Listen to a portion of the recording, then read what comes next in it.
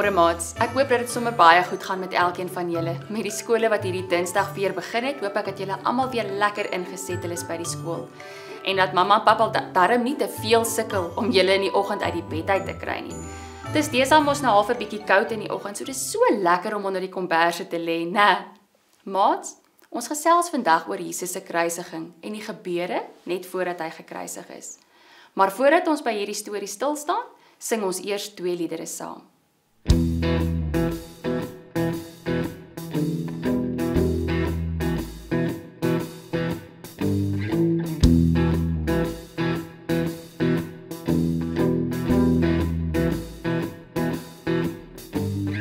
Loof hom met die tromme, loof hom met die harp, loof hom met die klinkende simbale. Alles wat asem het, loof, loof die Heer. Alles wat asem het, loof,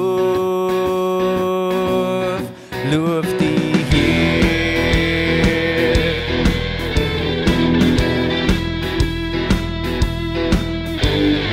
Prys hom met jou stemme, prys hom uit die hart, prys hom in die hemel en op aarde. Alles wat asem het, loof, loof die Heer. Alles wat asem het, loof,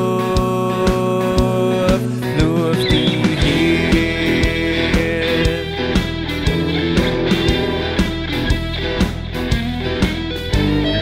Loof hom met die tromme, loof hom met die harp, loof hom met die klinkende simbale. Alles wat asem het, loof, loof die Heer. Alles wat asem het, loof, loof die Heer.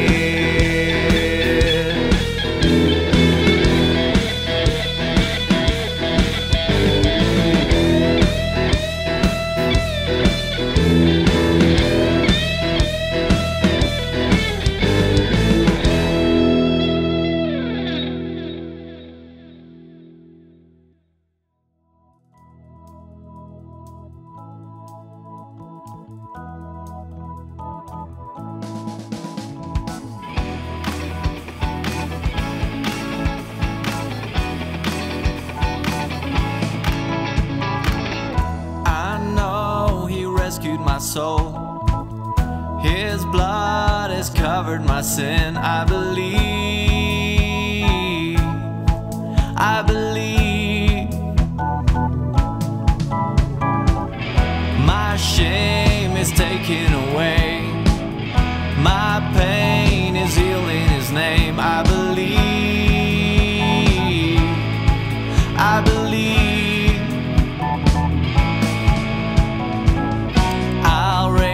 Banner, 'cause my Lord has conquered the grave. My Redeemer lives, my Redeemer lives, my Redeemer lives, my Redeemer lives.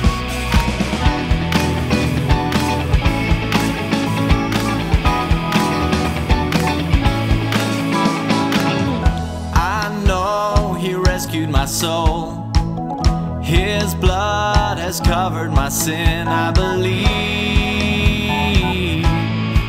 I believe. My shame is taken away, my pain is healed in His name. I believe,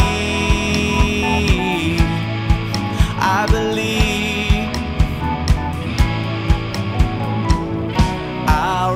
The banner, 'cause my Lord has conquered the grave. My Redeemer lives, my Redeemer lives, my Redeemer lives, my Redeemer lives, my Redeemer lives, my Redeemer lives.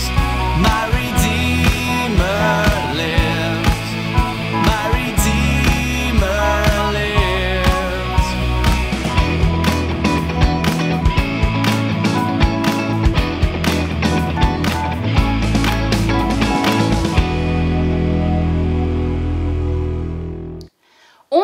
jaar al sommer baie gesels oor lydingstyd in die kerk. Ons weet dat dit op Aswoensdag begin en dat dit aanhou tot Goeie Vrydag, die dag wat ons spesiaal dink aan Jesus se kruisiging. Hierdie Vrydag wat nou kom, die 18 April, is dit dan ook Goeie Vrydag. Ons weet ook al dat lydingstyd 40 dae en 6 Sondae lank is. Maar kom ek vertel vir julle nog iets. Die Sondag voor Paasfees, wat vandag is, noem ons Palmsondag. Palmsondag is 'n Christelike fees wat op die Sondag voor Paasfees gehou word. Dit is die 6de en laaste Sondag van die lydingstyd. Vandag begin die Heilige Week ook, wat dan ook die week net voor Paasfees is. Tydens hierdie week is daar Maandag, Dinsdag en Woensdag eredienste in die kapel. Donderdag hou ons Paasete. Vrydag is daar 2 dienste in die kerk, die dag wat ons spesiaal dink aan Jesus se kruisiging. Ons dink dan vandag op Palmsondag spesifiek aan die intog van Jesus Jerusalem in, voordat hy gekruisig is, waar hy op 'n donkie gery het en die mense palmtakke op die grond neergesit het. Voordat ons die Bybelstorie saam kyk, kom ons bid eers saam. Liewe Here, baie dankie dat U lief is vir elkeen van ons. Dankie dat U ook elke dag saam met ons is. Maak nie saak waar ons is of wat ons doen nie. Vir dit wat U vir ons gee, is ons baie dankbaar. Waar ons in die woord gaan stil staan, vra ek dat U ons sal lei. Breek die woord vir ons oop, help ons verstaan wat U wil vir ons lewens is. Amen. Kom ons kyk nou 'n video saam oor Jesus se intog in Jerusalem, op 'n donkie en dan ook die gebeure tot en met sy kruisiging. Jesus ry op 'n donkie. Hierdie is Jesus. Hy is die Seun van God en die Verlosser van die wêreld. Toe Jesus op aarde was, het hy almal van God se liefde geleer. Hy het baie mense van hul siektes genees, het baie wonderwerke gedoen, soos om die storm te bedaar, en het selfs mense uit die dood laat opstaan. Teen hierdie tyd van die jaar het die Jode 'n fees gevier wat Pasga genoem is, wat gevier is vanaf Moses se tyd toe God sy volk uit Egipte gelei het. Jesus en sy disippels is na Jerusalem om saam fees te vier. Toe hulle naby Jerusalem kom en Betfage aan die Olyfberg bereik, het Jesus 2 disippels vooruitgestuur en vir hulle gesê: "Gaan na die dorpie reg voor julle, en net soos julle inkom, sal julle daar 'n donkie kry wat vasgemaak is, en 'n vul by haar. Maak haar los en bring haar vir my. En as iemand vir julle iets daaroor sê, antwoord dan: Die Here het hulle nodig en hy sal hulle gou weer terugstuur." Die disippels het gedoen soos wat Jesus gevra het en het vir hom die donkie gebring. Lank gelede, nog voordat Jesus gebore is, het God gesê dat die Verlosser, die koning van Israel, op 'n donkie Jerusalem sal binnery. En nou doen Jesus presies soos wat God gesê het. Die nuus dat Jesus op pad is Jerusalem toe, het soos 'n veldbrand versprei deur die stad. Baie mense het gehoor van die wonderlike dinge wat hy gedoen het. Die Fariseërs en godsdienstige leiers het besef dat hulle niks daaraan kon doen nie, want almal wou Jesus sien. Jesus het Jerusalem binne gery en die grootste gedeelte van die skare het hul klere op die pad gegooi en die ander palmtakke wat hulle van bome afgebreek het. Die mense wat voor Jesus geloop het en wat agter hom aangekom het, het begin roep: "Prys die Seun van Dawid! Loof hom wat in die naam van die Here kom! Prys hom in die hoogste hemel!" Die Fariseërs was kwaad en het Jesus beveel om vir die mense te sê om op te hou met al hierdie dinge wat hulle sê. Maar Jesus sê: "As hulle stil bly, sal die klippe dit langs die pad uitskree." Die mense het aangehou om vir Jesus te prys. Toe Jesus in Jerusalem ingaan, het die hele stad in beroering gekom en gevra: "Wie is hierdie man?"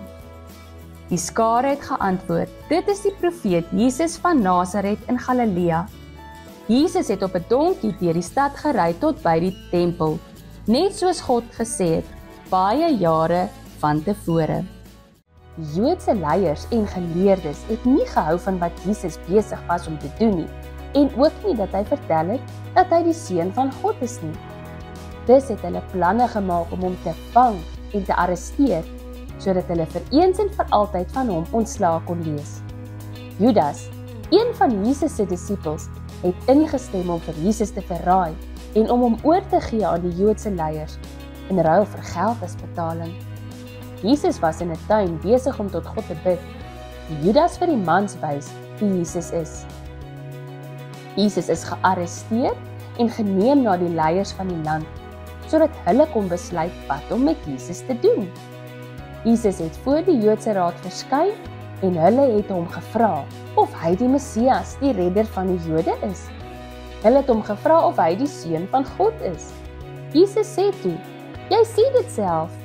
Die raad was briesend vir Jesus en het gesê dat hy skuldig is en dat hy dit verdien om doodgemaak te word. Hulle het vir Jesus voor die Romeinse leier Pilatus gebring en hy het die saak teen Jesus aangehoor. Pilatus het nie gedink dat Jesus enigiets verkeerd gedoen het nie. Hy het hom onskuldig bevind, maar Pilatus het gesê dat hy Jesus sal straf en dan sal vrylaat. Maar die skare het net harder geskree, kruisig hom, hy moet doodgemaak word. As gevolg van die mense, het Pilatus vir Jesus aan die Romeinse soldate oorgegee om gekruisig te word. Jesus was seer gemaak en opgespoeg.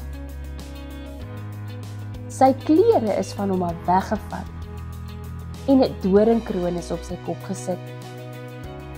Hy is so baie geslaan dat hy skaars op sy eie kon staan. Hy is geforseer om sy kruis self so ver teen die heuwel op te dra, dat hy vir hulp gevra het, want hy kon dit net nie alleen reg kry nie. Toe Jesus by die plek kom waar hy sou gekruisig word, het die soldate hom met spykers teen die kruis vasgeslaan en het gewag dat hy moet doodgaan. Terwyl Jesus aan die kruis gehang het die mense vir hom geskree, as jy regtig die seun van God is, red jouself, klim daar van die kruis af, as jy natuurlik kan. Jesus het geweet dat hy moes sterf, om mense van hul sondes te kan vergewe. Teen middag het dit heeltemal donker geword. 3 ure later het Jesus sy laaste asem uitgeblaas en gesterf. Op dieselfde tyd het die gordyn in die tempel geskeur, wat God se heilige plek van die tempel geskei het. 'n soldaat wat alles gesien gebeur het gesê, hy was so waar die seun van God. 'n goeie man met die naam Josef het gekom en Jesus se liggaam in 'n graf gesit. Dis hy maats, julle kan ook saam met mamma en pappa hierdie week wat kom, vanaf Matteus 21 tot 27 meer gaan lees oor die gebeure voor Jesus se kruisiging. Het dit al ooit met jou gebeur, dat jy per ongeluk iemand anders se speelgoed of iets baie waardevol gebreek het? Of dalk erger, dalk het jy per ongeluk iemand se kar se ruit uitgegooi met 'n klip, wat heeltemal in die verkeerde rigting getrek het, toe jy gemik het vir 'n boom. En ja, Papa het vooraf vir jou gesê dat jy nie moet klippe rondgooi nie. Wat kan jy dan doen? Jy het nie eers naastenby genoeg geld om die kar se venster te vervang nie. God se genade kom red jou, wanneer jy niks meer uit jou eie uit kan doen, om jouself uit moeilike situasies te kry nie. God is so lief vir my en jou, dat hy sy seun gestuur het om sy lewe te gee, sodat my en jou sondes vergewe kan word. Nou maats, mag ons dan maar net oor en oor stout wees. Hoekom dan nou nie, want Jesus het dan gekom om ons te red. In 1 Korintiërs 3 vers 16 staan daar die volgende: Weet julle nie, dat julle die tempel van God is, en dat die Gees van God in julle woon nie? 'n Mens kan sê Jesus se liefde en verlossing is vir ons heeltemal verniet. Maar weet julle wat? Dit was glad nie goedkoop nie. Dit het Jesus sy lewe gekos. Hy's gemartel en geslaan, verneder en tot die uiterste gedryf. Jesus se verlossing vir my en jou is heeltemal verniet. Daar is niks wat ek en jy kan doen om dit te verdien nie. Maar dit was regtig nie goedkoop nie. Kom ons sluit die oë. Hemelse Vader, baie dankie vir die genade wat U aan ons bewys. Waar ons baie keer foute maak, is ons dankbaar dat U liefde vir ons oneindig is. Help ons asseblief om te besef dat U verlossing voorkome vir ons gegee is, maar dat dit nie goedkoop was nie.